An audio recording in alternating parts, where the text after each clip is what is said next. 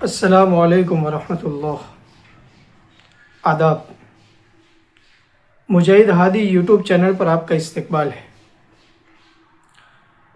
آج میں اردو ادب کی ایک صنف افسانچہ یعنی کہ شارٹ سٹوری لے کر آپ حضرات کے روبرو ہوا ہوں۔ امید کرتا ہوں آپ بہت پسند فرمائیں گے۔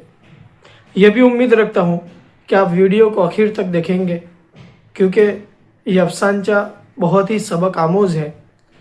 اس افسانچے کا عنوان ہے غربت اور ایثار۔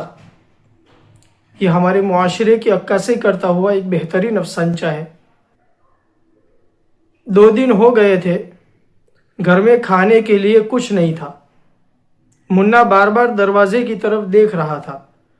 گھر میں کھلونے بکھرے پڑے تھے۔ بڑی بہن فاطمہ کھلونوں سے کھیلنا چاہتی تھی، لیکن شاید مزاج اور طبیعت ساتھ نہیں دے رہے تھے۔ والدہ ماجدہ پرانے سیاہ کپڑوں میں پراگندہ بال دوپٹہ سے چھپائے ہوئے گھر کے کونے میں اپنی بوجھل آنکھوں میں آنسوؤں کو چھپانے کی اور لبوں پر جعلی ہنسی سجانے کی ناکام کوشش کر رہی تھی، اور والد صاحب پرانی چارپائی پر لیٹے ہوئے بخار کی تاب نہ لا کر بے ساختہ آوازیں نکال رہے تھے۔